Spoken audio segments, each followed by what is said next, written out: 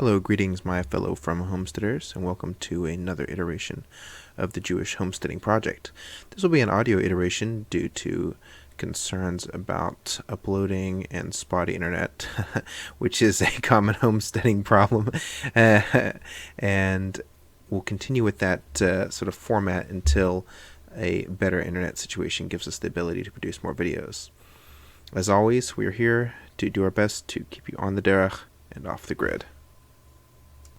Today we're just going to talk a little bit about homesteading, what that means, and what Jewish and specifically religious Jewish homesteading might eventually lead to. I'll start off with the word homesteading. Some of you may not have heard of it before. Homesteading is basically the idea of people inhabiting private farms in their sort of familial group and living there, producing their own things. Wikipedia likes to add a lot about how it's sort of different from a commune, and it's very bent on subsistence agriculture. I also like to add the fact that it's not a commune, it's not a village necessarily. It's the idea that people would be self-sufficient, and I think self-sufficiency is a big part of homesteading. The history of homesteading of course, goes back as far as people, from the first time when God told Adam that he would work the ground and grow his own food. Obviously, homesteading also has a lot of biblical connections too, because the agricultural society that the biblical stories took place in. But homesteading it's been around forever. It's been a thing. Not always was it allowed. A lot of times the land would be owned by the government or by barons or people like that, like in the Middle Ages with the serfs is a good example, where people wouldn't have their own land. They would just be farming on someone else's land. But homesteading really became a big movement, at least in the Western world, as an idea of homesteading with the Homestead Act. And that was a series of laws that were passed in the 1860s, and basically what they encouraged was that the government had a lot of land that was open and sort of empty, and they wanted people to go out there and get in that land, build something, inhabit the land, make something out of it, sort of build it up. And so they allowed people to go out and claim free land as long as they kept certain terms and conditions, as long as they were citizens. And it wasn't just free land for anybody, but it was pretty easy for a lot of people to get land. And even women could apply for it, according to something I just saw on here. So it wasn't this idea of like the gentry class doing whatever. It was an idea for the basic man. Could go out, they could get something, they could get some land, they could farm it, they could try to make their own way for themselves in the world. Self-sufficiency is something which is very tied to the act of homesteading. Homesteading normally conjures these ideas of people out in the farm, and they have this little farm, they have chickens, they have some plants they're growing, they're eating their own food and stuff like that. And self-sufficiency is a big part of homesteading, and the face that homesteading has and the shape that it's taken in the world today. Self-sufficiency, if you haven't heard of that one, is it's an idea of people taking care of themselves in as many ways as possible, or in as many ways as they choose. Now, some people might sort of smirk at that and say, well, everybody takes care of themselves pretty much nowadays, but that's not necessarily true. We rely on heavily, not just rely, we heavily rely in modern American society and in modern, I would say almost all modern society, on, definitely in the first world at least, on these huge systems of support. The water that comes to our house comes through a massive pipe system normally. The power that we get comes from a massive electricity grid. The internet that you all listen to this on comes through a vast array of computers across the world and satellites. And it's not really something that we could do by ourselves a lot of the time. Well, self-sufficiency is the idea of providing as much as you can, or maybe all that you need, for yourself. So that would be the idea of growing your own food, the idea of making your own clothes, the idea of defending yourself, the idea of providing your own education, providing for your own entertainment, something which unfortunately a lot of people can't do these days.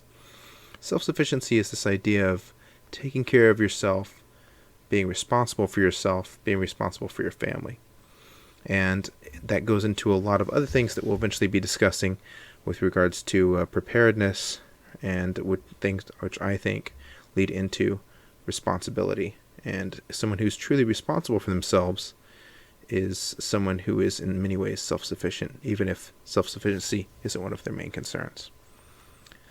I'd like to get into a little bit of why now I've started this group and why I think this is a time that this particular idea needs to be pushed.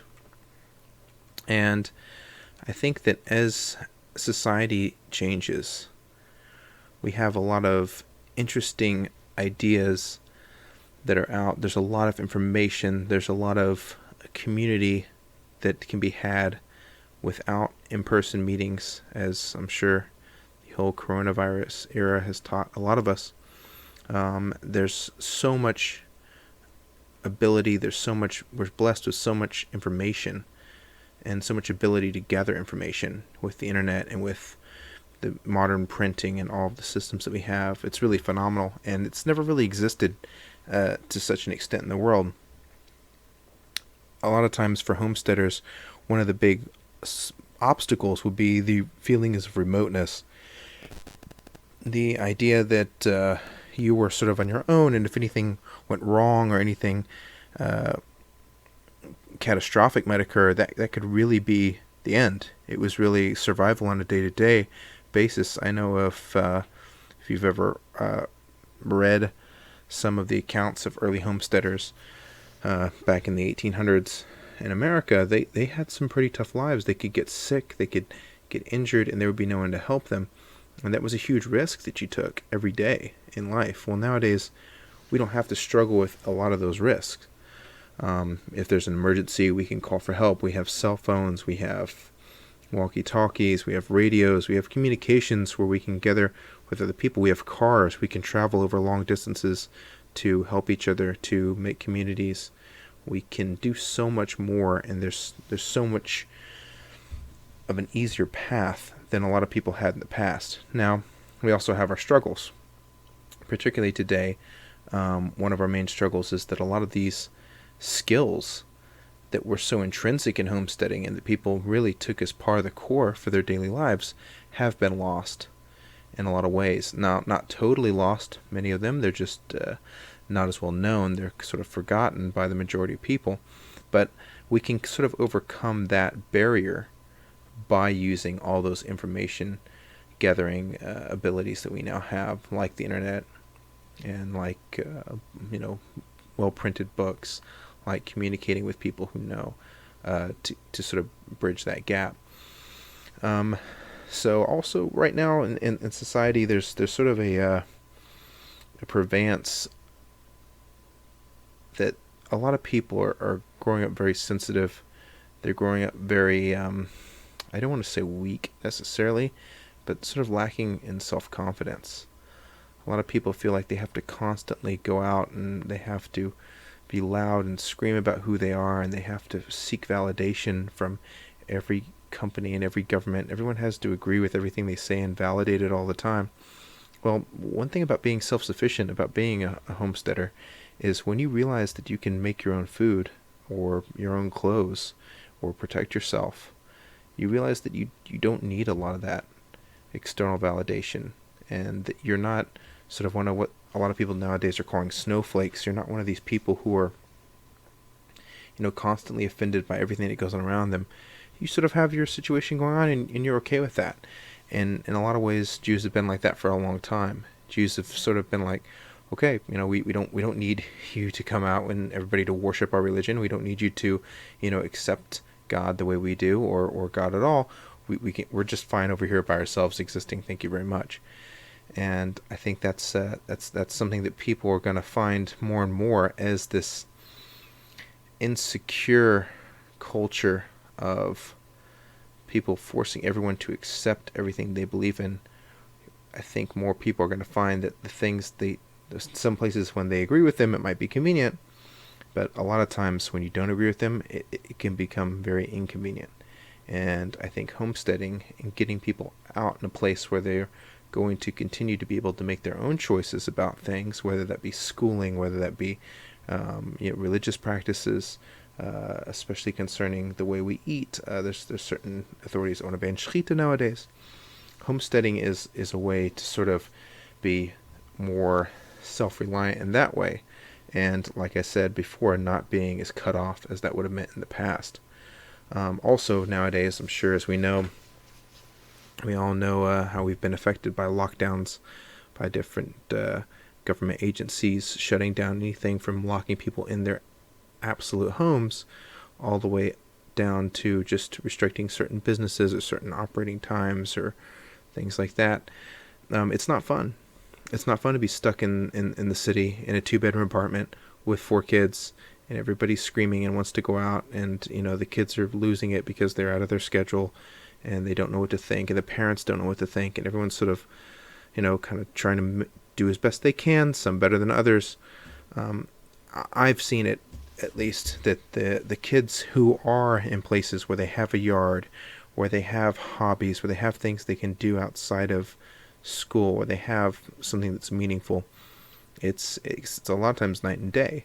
When you see kids running around playing, having fun, like they did last summer when people went up from New York City to their bungalows and things, you saw places where kids were finally being cooped up in tiny apartments in the city forever, and now they got out and they have a place to run around and be human again. That was a great thing. And I think in a world which, unfortunately, I don't think the lockdowns are going to end anytime soon, and I think certain restrictions are always going to remain, it's a very high standard of living to be able to give to your family the ability to say, well, we're going to go outside and we're going to go for a walk and we're going to do something, even if it's not going to the movies and the mall and all these other concepts of whatever anyone might have done for fun before. The idea that you can say, hey, we still have our own space, we can still go outside, we can still do things, we can still be productive, we're not trapped in here like rats, I think is also a big plus, and I think is very good for people's mental health in times that put a lot of strain, a lot of stress on especially kids and also adults. So there's that too.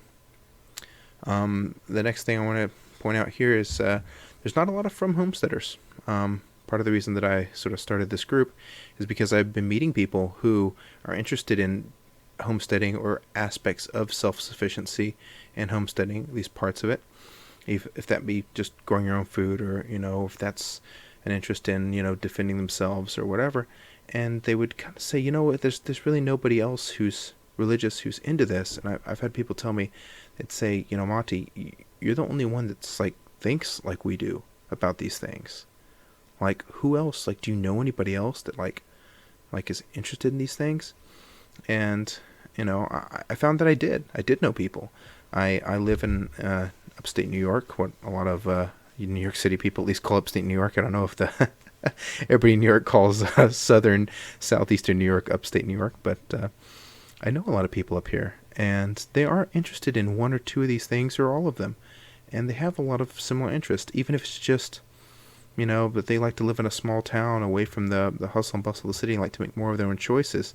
Even if it's something so tiny as that, there are a lot of people that are into a lot of different things and for a lot of different reasons that all fit under the homesteading umbrella and the self-sufficiency umbrella.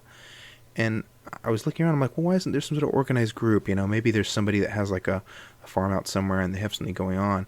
And there are from people that have farms. And I see that more and more of them are they're kind of out there by themselves. And not to put that down, if that's what they need and that's what works out for them and their family, Shalom Yisrael, they should have Atzlacha. But there was no sort of group of people saying, hey, let's all kind of, live around each other and do all this sort of stuff. It was just people who happen to live near each other and happen to be kind of up in the country all year round. Okay, you have friends and we kind of do redneck stuff up here. Well, I thought that it was really a lacking in that, a lacking of a group for homesteading people, for people who want to be self-sufficient, that was also religious and had an emphasis on Frumkeit and the challenges that Frumkeit presents to some of these ways of living and how some of that can be overcome. And just a family of people that could talk about this and sort of people who feel the same way and make a connection in a community. So that's kind of why I've started this here. But that sort of begs the question, why isn't there a group like this already? Why aren't there a bunch of From Homesteaders? Why don't we just see, oh, there's group A, B, and C, and we can kind of pick whoever we want? Well, part of it is that the current Jewish system is very, very centralized. There's a lot of emphasis on mostos, and you have these certain community groups and a lot of the ways the Jewish people would pull together, and they would open things like JCCs and schools and shuls, and they would build community out of this, which is great. That's all fine and dandy. But if it's not for everybody, and if it's, nowadays in a situation where you don't have to live directly in, this specific area to send your kid to that school. You might live in this part of town and send your kid all the way over there. You might go to this shul, even though you have to walk 30 minutes to get there, as opposed to the one that's down the street, because you feel with that community. You might go to one shul and daven during the week and one shul on Shabbos, because that's just the way modern from life is becoming more and more. And especially now at schools and the whole, telecommuting and Zooming and all these video call systems, a lot of people are going to school over the internet, and particularly with Chabad's thing, where they actually, if you want to talk about an isolated Jewish family, that's a Chabad shliach. Chabad has a whole system where they teach kids over the internet, and they do like these online classes for all the children of the shluchim. So up until now, there haven't been a lot of these resources around in the past, I would say definitely in the past 20 years, and I think now is the time when there can be sort of an explosion of this. And it's not like we're the first people that have ever been Jewish and interested in agriculture. I mean, the Bible is very clear, in the Torah it says that each person would have a certain amount of land, and there's countless different mitzvahs that have to do with the agricultural practices, about raising animals, about raising crops, about tithing, meiser, about the different way, shechita, about all this sort of stuff that has a very physical and very agricultural root to it. And there's a lot of language in the Torah about agriculturalism, about living in an agricultural way. A lot of the brachos that are given, a lot of talk about different fruits and vegetables, all the different 7 species that the land of Israel was blessed with, and all this sort of stuff. And that doesn't mean that every ancient Hebrew was a homesteader, but definitely there was an agricultural aspect to life, and that isn't present now. So, if you feel inspired and moved by that, that might be one of the reasons that you're here. Of course, there's a lot of other from difficulties in homesteading that my hope and goal is to get to all of those over the course of my life, and as long as I'm connected to the group here. So that'll be a topic that we'll be coming back to hopefully in every video and at the end of everything. There's a lot of resources out there for people who aren't religious in homestead. There's a lot of people who have been homesteading for their entire lives and know everything a lot better than I do. But I think the unique thing that we bring to the table in our community is that we're from community who does it, and they're from challenges. A great example of one of those would be a conversation I was having with a friend on Shabbos, and I was talking to him about a wood-burning stove. And back when people didn't have electricity, if you didn't have an electric system to mitigate your heat issues and you lived in a cold climate, what would you do on Shabbos? So you put in 5 or 6 logs, you sit them there, they burn down. Okay, that night, everything's great. Daven Kabbalah Shabbos, come home, eat your meal, everybody's warm in the whole house. And then it comes to the next day, and what did they do? Were they just cold all day? Was the chillent cold? Like, okay, you insulate it, you put it in the stove, you try to keep it as warm as you can. But so you're going to get up, you're going to go to davening, you're going to come back, and you're going to eat like lukewarm chillent, and the rest of everybody else in the house is bundled up in coats and they're freezing? No, they must have had a solution. People had a solution, and they had a system for doing it. And there's definitely ways to be from and to face these challenges. So when we do face these challenges, when we do find them, we always have to remember that there were people before us. They had a lot of knowledge. We can rediscover that when we look back in our vast treasure of Jewish literature and find answers to a lot of these things. So hopefully we'll be going through a lot of those answers and finding them together and discussing them, and modern ways to make things work, and also ancient ways to make things work that you'd have been practicing and serving Hashem with forever. So finally, the last point I'd like to draw out is that one of the goals of this group is not to be a giant mosh group where everybody has to hear about everything. Nowadays, we have the luxury of being able to tune in to certain aspects that we want and to tune out to aspects that we don't.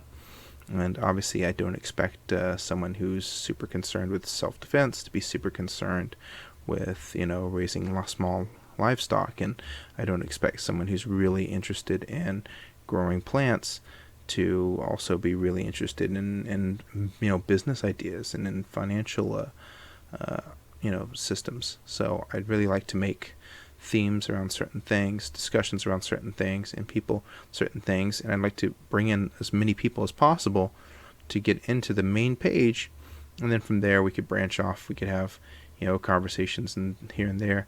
I'm still looking for the best medium as far as a website to do that, and it might end up being an internet forum on a website that I'll eventually pay for and host and everything.